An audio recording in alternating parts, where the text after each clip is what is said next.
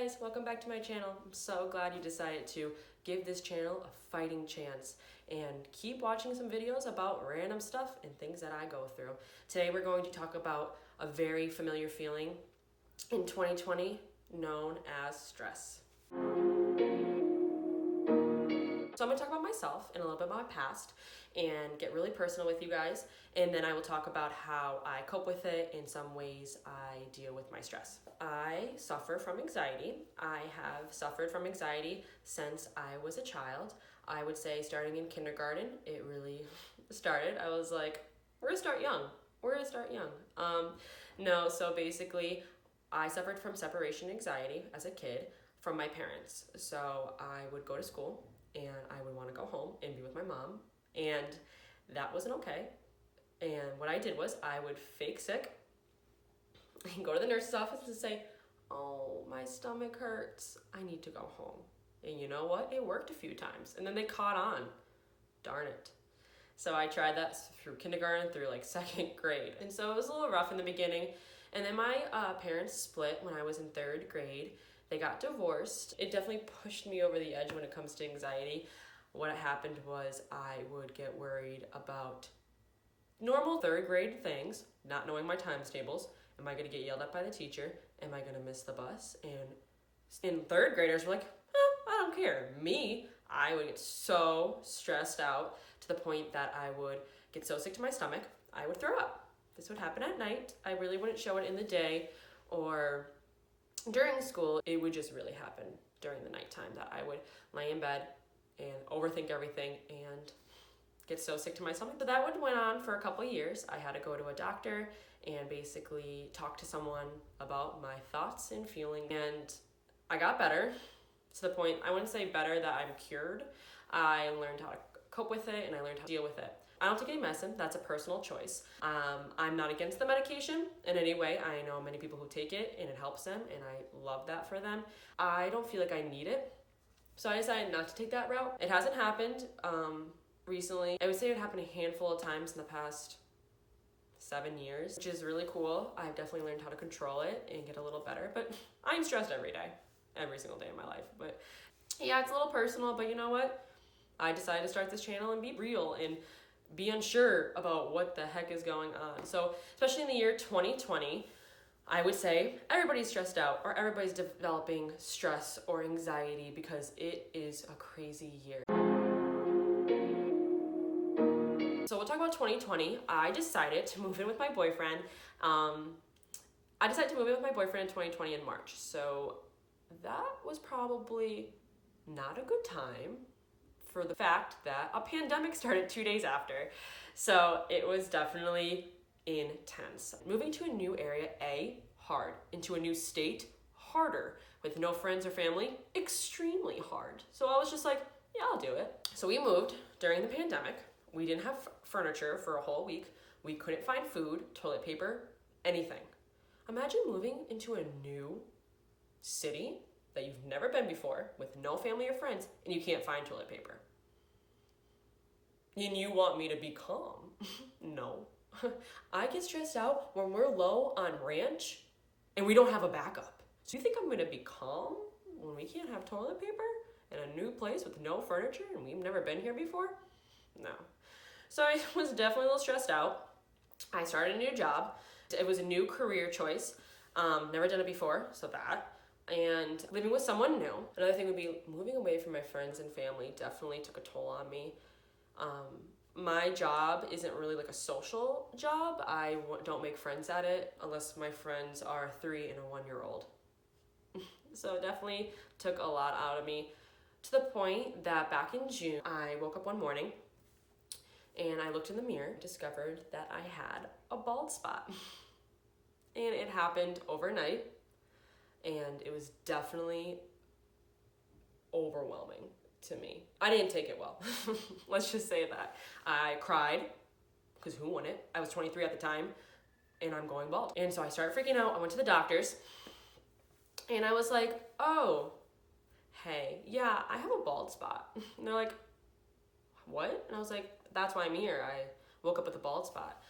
And so I had to show them, and they're like, yeah, are you stressed? I said, yes, but like I've been in stressful situations where my body feels it. Like I feel like I'm gonna throw up, or I feel like I'm like shutting down, and I really didn't feel that. And they're like, well, tell me what happened. I was like, well, I moved during the pandemic with my boyfriend, moved away from my family and friends, started a new job, don't know if I like it yet, never been in the city before, and I really can't find toilet paper.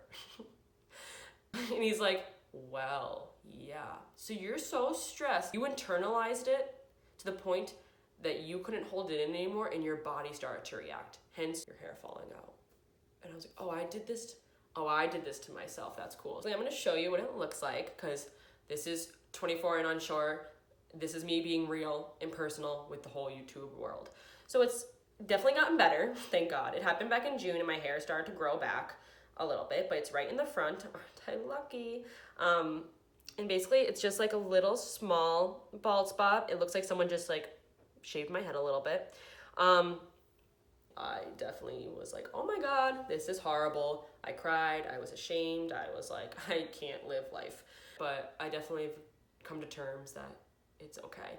I make my boyfriend check if my hair is growing back like every day.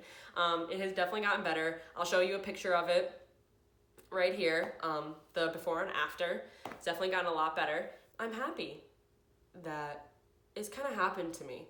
I know it sounds weird, like who's happy that their hair fell out? But it really made me come to terms that I need to chill out. I'm gonna tell you some ways that I have, and especially in 2020, I feel like everybody needs this video to make them feel a little better about themselves, because you're not alone. So basically what I do is I've been journaling. I've been journaling since 2017. That was a really stressful year for me. Before I was turning 21, a lot of things happened and I didn't know what to do. My dad gave me like really good advice. He's like, maybe you just need to write it all down and get it all out instead of keeping it inside of me. And I was like, okay. So I went to Target. I love Target, but who doesn't? But my little journal, I love her. I feel like she's like my best friend. I like tell her everything and she doesn't judge me. She's really cool. I wrote a lot of stuff here. A lot of personal stuff. But I'll give you an example if you want, but I'll tell you the date. I started back in March of 2017 and my last journal was recent. It was back when my birthday. That was my last journal. But basically I'll give you an example like what I wrote. So September 3rd, 2018, Labor Day weekend is over and I had an amazing time. And then obviously there's so much more. Or we'll go back to April of 2017. I had a horrible day. Well, she's a listener, let me tell you. It could go from anything just to get your thoughts and feelings out. I love my journal. I recommend it. You get one really cheap and just write. Also, about a year ago, I definitely got into oils, like diffusing them, and I love it. It definitely calms me down. I get really relaxing scents like lavender or eucalyptus, and I just put them in and I just diffuse it, and it definitely helps my mood. There's all different types and I don't have a specific brand. I just buy the ones that smell good. So some people do yoga. I think it works. I definitely do. I don't do it because yoga stresses me out. Who would have thought the thing that's not supposed to stress you out stresses me out? It's because I can't do the moves. I'm not flexible. I can't touch my toes. So you want me to put my foot on my head and breathe? Like, I can't do that. So I recommend yoga for people who could do yoga. And if that's an outlet for you, oh my gosh, congratulations. I wish it was an outlet for me. I wish I could do yoga. It literally, I just get in my head, stresses me out when they're like doing a pose and I'm like, I'm not even close to that. Am I supposed to look like that? Because I don't. What I do is a new thing. I listen to relaxing music going to work and leaving work. I found that going to work was a trigger for me because I was stressed about going to work, and then traffic in DC stressed me out. And so basically I would turn on relaxing music, and I know it's not fun because you want to party to like Beyonce or Cardi B or whoever, and you listen to rain falling and you're like, that's kind of boring. That's kind of boring. But you know what? It has helped me so much. I just put it on right before my drive and I just listen to rain or listen to wind or whatever. And I just get it on Apple Music. You literally type in stress-free music and it comes up. It's definitely helped me a lot. I recommend that, especially when you know that's like a trigger for you, which is traffic. Another thing that I do is I download an app called Mood Path. The free app, it's one of the better free apps because the other free apps aren't free because you have to unlock the other things with money. And I was like, well, I don't have money, so we're gonna do the free one. That's free all the time. And basically it's like a journal. It gives you notifications morning, midday, and at night. Basically I have to answer questions about how you feel and what's going on. You answer those questions, yes or no. And at the end, you pick words to describe how you're feeling and your mood. And it's like good, very good, moderate, bad, and like very bad. And there's like little faces, and you just pick one. And after a couple journal entries, it kind of gives you a summary on what's making you stressed and how to help you and what you should do.